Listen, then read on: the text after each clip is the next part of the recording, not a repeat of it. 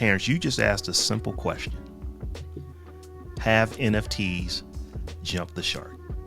I did. I asked that question. You asked that, or just Stephanie? I think I asked that question. You asked. I'm sorry. Well, no, Stephanie, you asked that no, question. but I've asked that question before, and That's why I thought it was you. That's why my answer was yes, only because I'm a big Happy Days fan, by the way. FYI. So Stephanie, since you're the one who asked the question, I'm going to let you expound upon why that may or may not be true.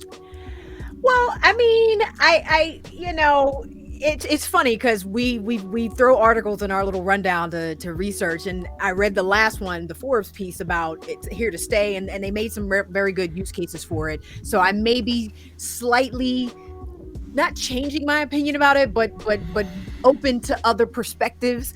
But I really feel like this is something that people with money are doing to have a little fun right now, but how is this actually helping the greater society? And I kind of came to that because a friend of mine on Facebook posted a status question, and he was like, how are NFTs and Web3, what are they going to do to alleviate poverty in society and lift us up as a whole? And honestly, he had 100 comments in there, and nobody could really answer that question definitively with how these things were going to do that. And it really got me to thinking, like, what is the point of all this beyond vanity and flexing how much, you know, crypto you own and everything else? And you know, one of the examples of that is the fact that this DAO recently purchased let me get it right. Why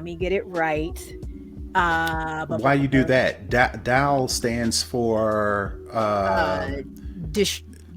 decentralized autonomous organization. Okay, all right. Yeah. I wasn't asking because I knew. I was asking because I needed to know. Yeah, DAO is No, but decentralized. they bought the Dune. They bought like the Dune, Dune the books. copy of the original, you know, notes and everything else that went into Dune for $3 million.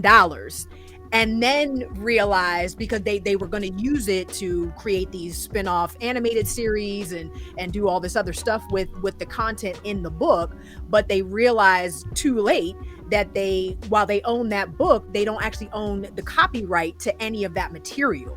So you can't actually take and the example that somebody all they gave, own is a book. All they own is a book. Literally. The example somebody gave was you know, you could buy Spider-Man issue 1, you know, from Marvel for a $1 jillion. You can't go and create your own Spider-Man cartoon based off that issue because you want to, you know what I mean, and start selling it. So it's the same kind of concept, and the idea that people don't really know enough about how all of this stuff works before they just throwing bags of money at the thing. It just, you know, I'm like, and now Walmart's getting in on the act. I'm like, really, Walmart? Like, once Walmart is in it, I think it pretty much has become a mainstream thing that either will be mainstream forever or will go away and jump the shark. Okay, so I want to ask, just to make sure, when you say jump the shark, you mean like in Happy Days, it's like, yes, okay, this is like really not a great show anymore? Because it's over okay. Because now everybody's doing it and it's crazy. It done got too crazy. So it's either going to jump the shark or become a ubiquitous part of our everyday lives. And I think it's going to be the jump shark part.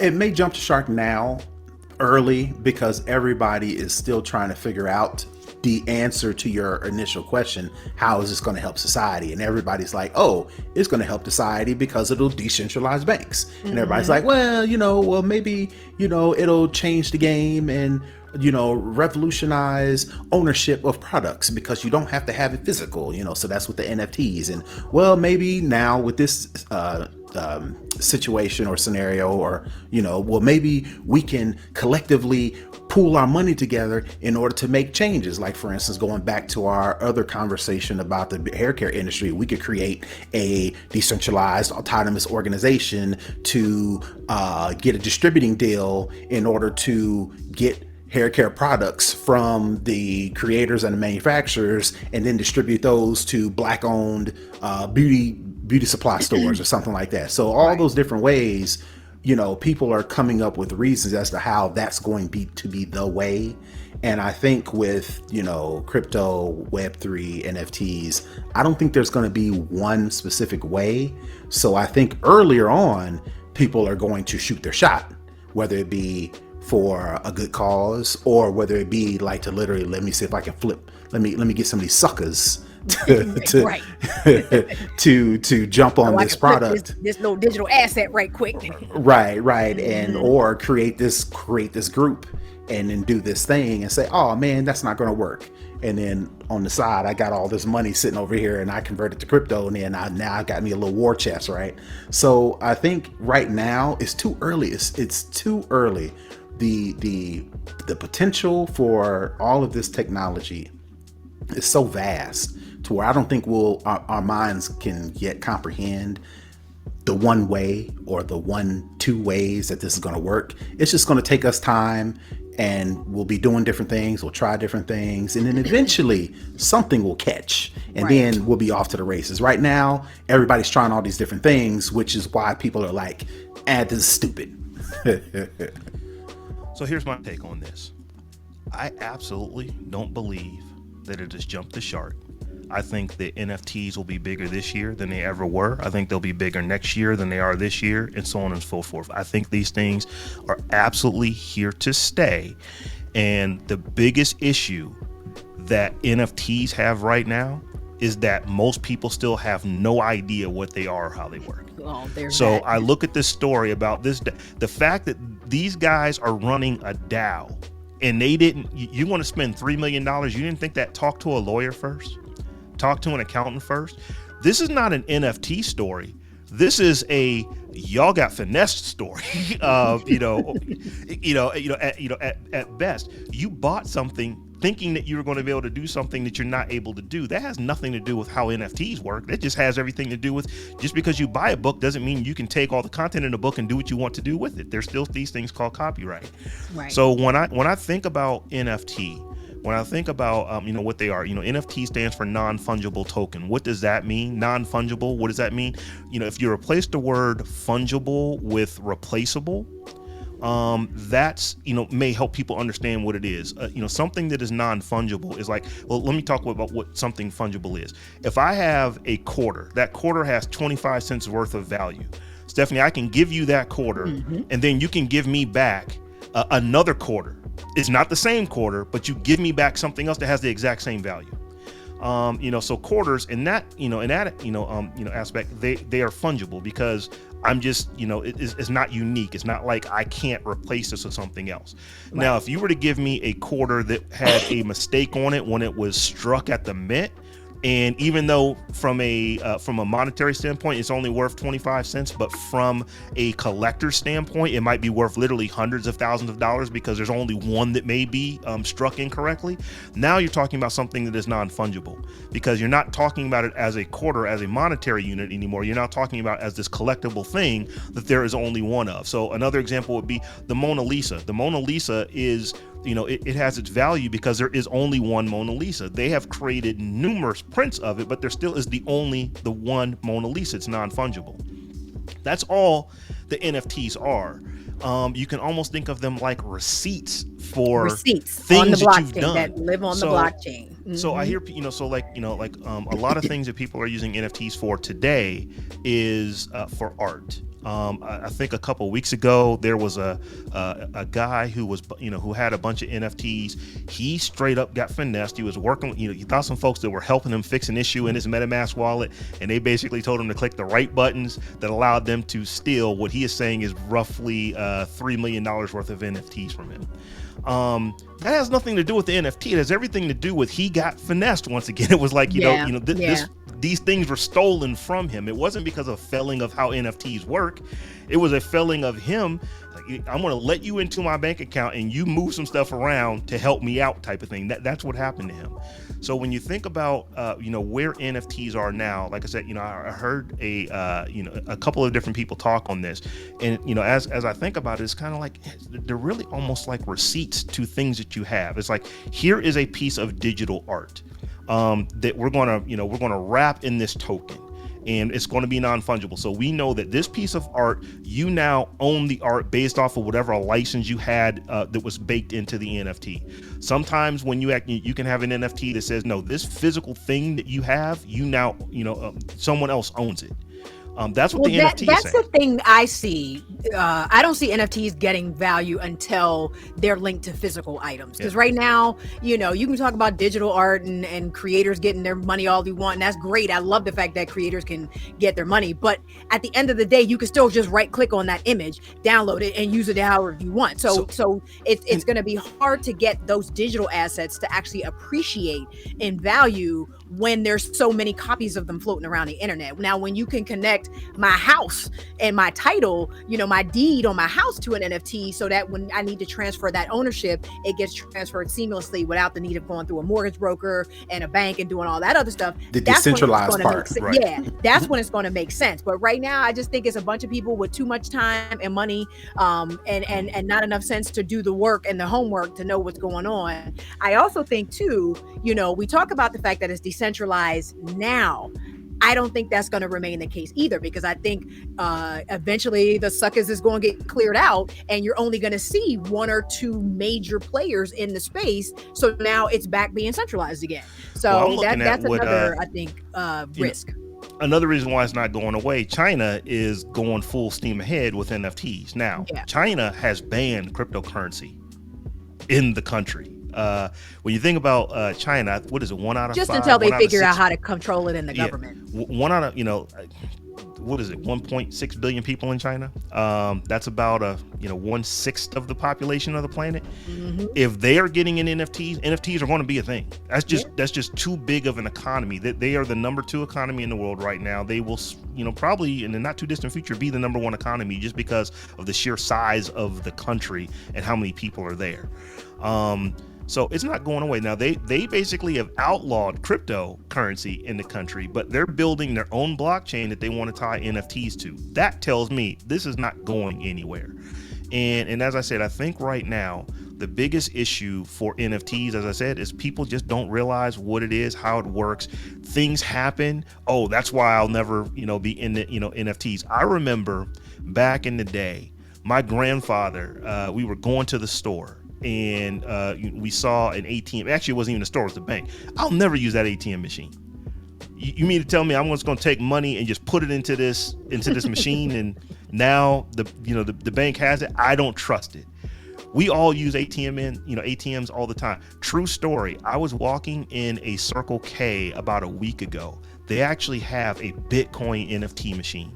Mm-hmm. I've seen a couple of those. NFT, a Bitcoin ATM conversion, where you can actually go. Now, I don't think you could actually take money out. I think at this point you were only able to put it in.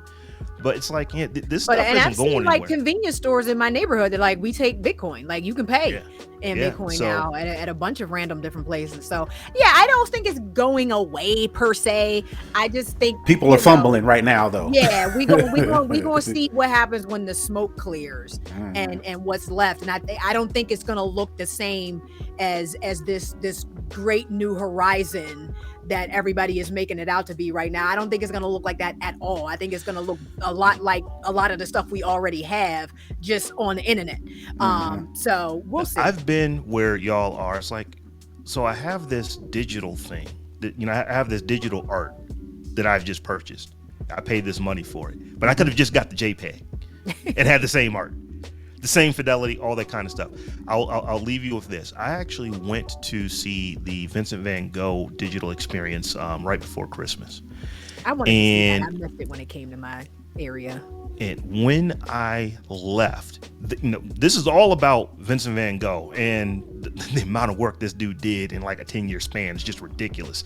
2,000 masterpieces in 10 years.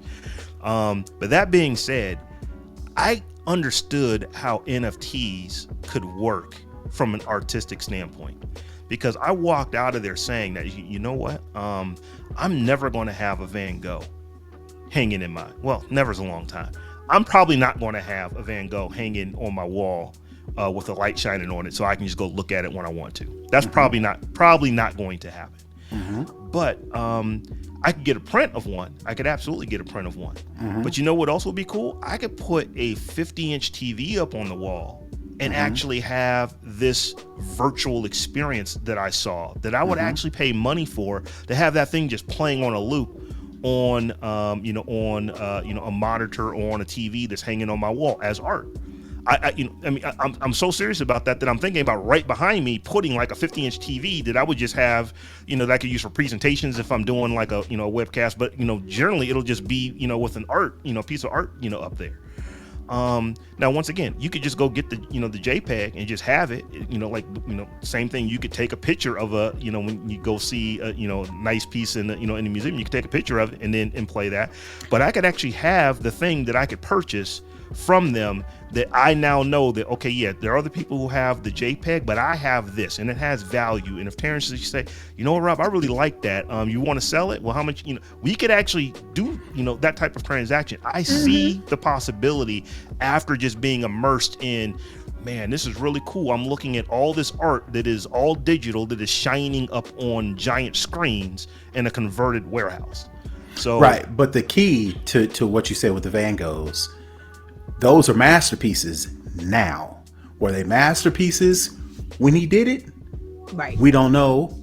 Right now, everybody says right, but NFTs, all art is basically as expensive as the person that buys it is willing to pay for it. That's it's all subjective. So right, but my point is, NFTs right now, we are in its infancy, a year, a 2 or 3 maybe in at the most.